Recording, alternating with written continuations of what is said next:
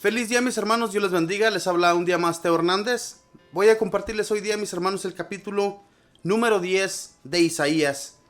Vamos a abrir nuestro entendimiento, mis hermanos, para este mensaje de hoy día.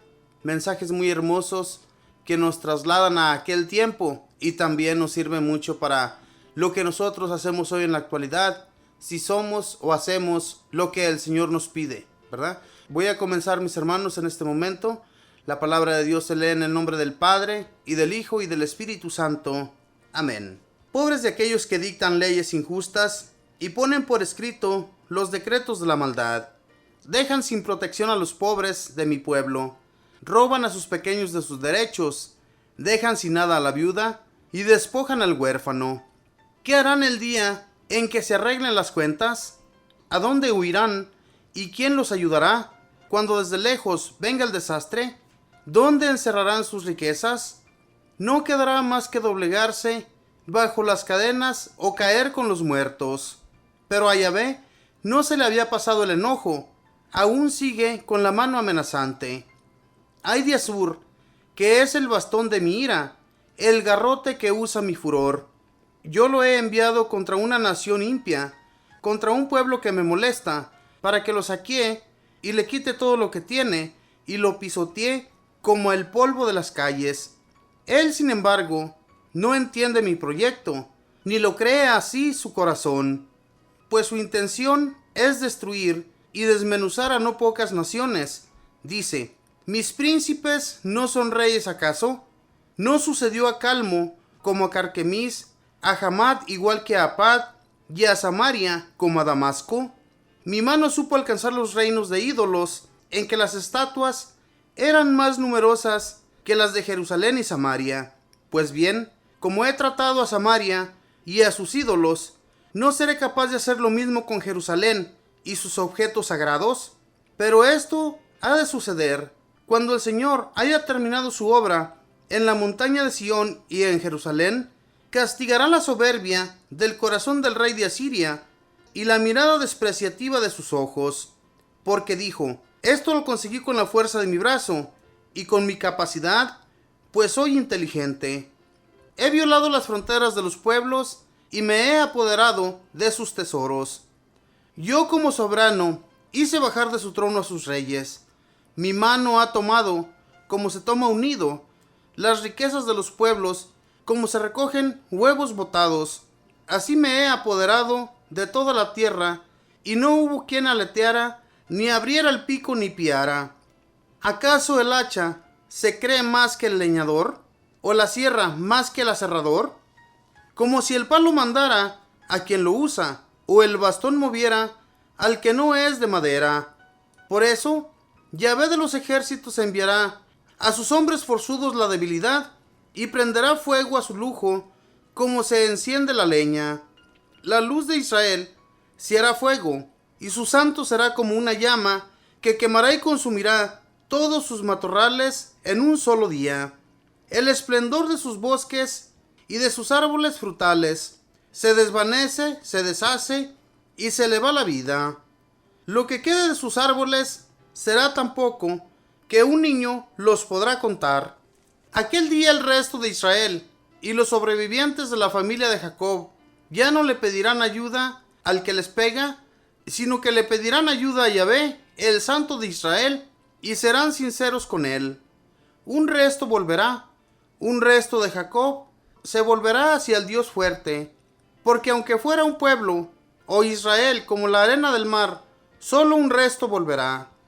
Su destrucción está decidida para que quede bien en claro la justicia, pues el Señor Yahvé Sabaoth llevará a cabo en todo el país exterminio y limpieza. Por tanto, así se expresa el Señor Yahvé Sabaoth: oh pueblo mío, que vives en Sión, no le tengas miedo a Asur, que te da de palos, o que te pega con su bastón, como hacía Egipto. Porque dentro de muy poco tiempo desaparecerá mi enojo, y mi cólera se tornará contra él. Yahvé Sabaoth hará zumbar la huesca sobre él, igual como cuando se las dio a Madián en el cerro Horeb, y levantará su bastón sobre el mar, como lo hizo en Egipto.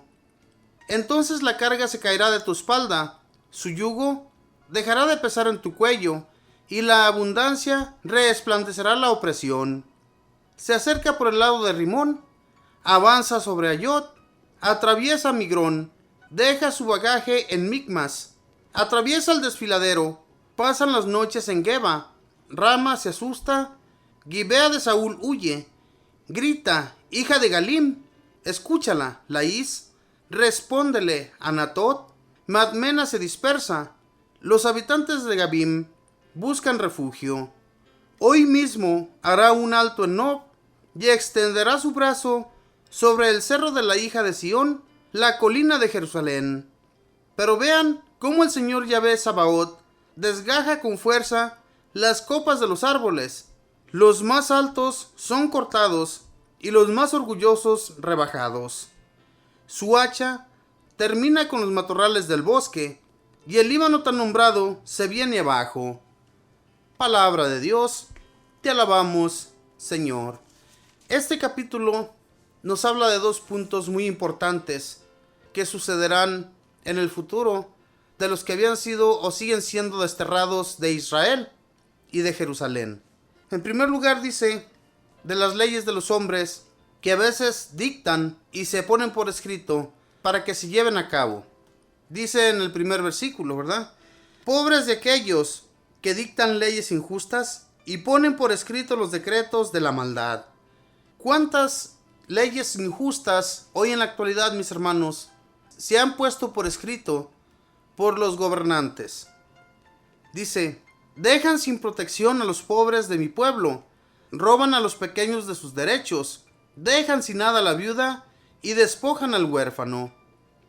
Esto ha estado sucediendo, mis hermanos, en todo el mundo.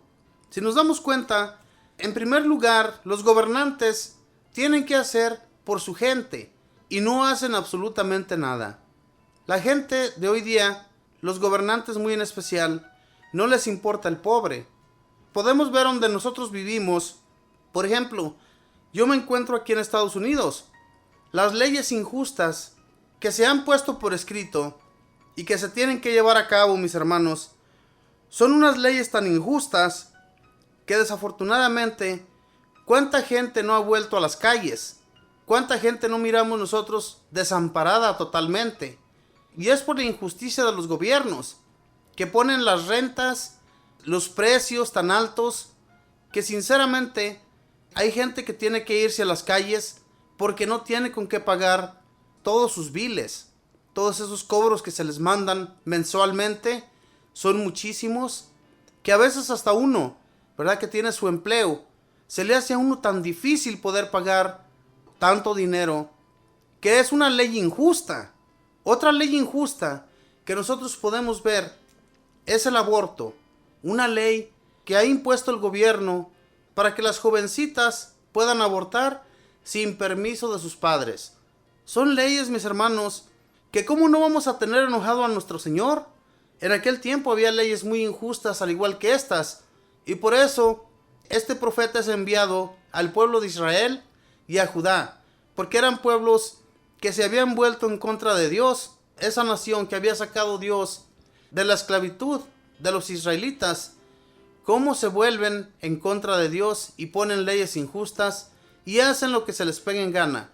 Todo esto, mis hermanos, sucede también hoy en la actualidad, ¿verdad? Somos injustos en contra de Dios, no nos acordamos más de Él, y por eso Dios un día nos va a mandar un terrible castigo que bien merecido nos lo tenemos, porque somos personas injustas.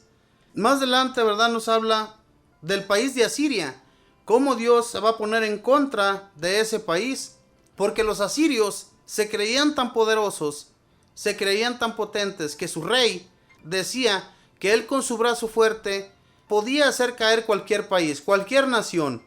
Estaba apoderándose ya de muchas naciones, y por las que venía eran por Jerusalén y por los israelitas.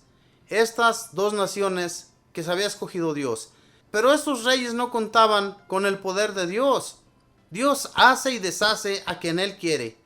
Todo esto que sucedía en aquel entonces, que Dios le daba poder a una nación, era por Dios, mis hermanos, que esas naciones eran poderosas, porque Dios quería meterles temor a las demás naciones que se habían vuelto en contra de él y que no creían absolutamente nada en él.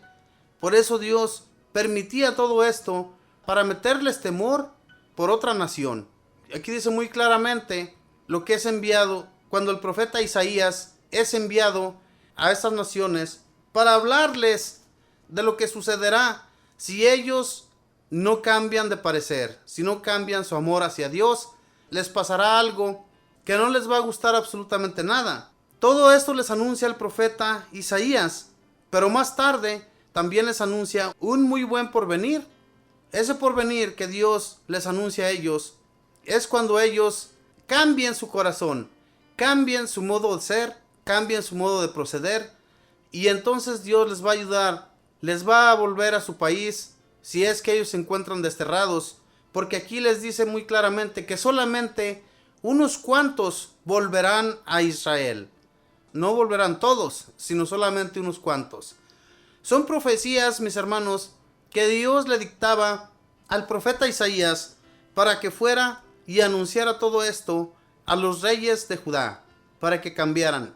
Porque más que todo el pueblo se desviaba cuando un rey se desviaba. Si el rey cometía la maldad, el pueblo también cometía la maldad.